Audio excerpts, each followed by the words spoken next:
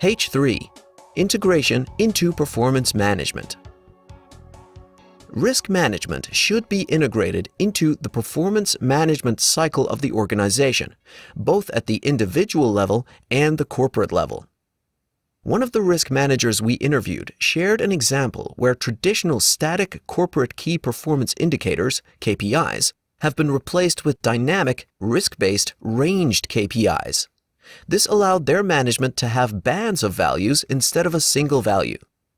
Some KPIs stayed as single value estimates. However, they were calculated as the 95% percentile of the distribution of possible values based on the Monte-Carlo simulation. Triggers and key risk indicators may also be set for corporate KPIs to improve monitoring and performance tracking.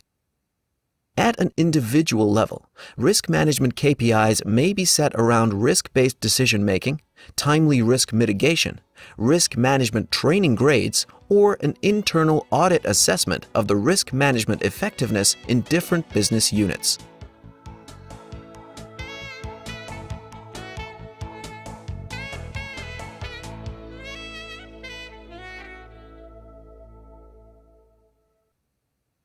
Here is a quick checklist to turn this section into actions. Review existing methodology used to calculate strategic and operational KPIs. Test whether KPIs are calculated based on appropriate risk analysis or whether current targets are overly optimistic and ignore risks. Develop a set of corporate risk management or risk-based KPIs to raise risk management awareness.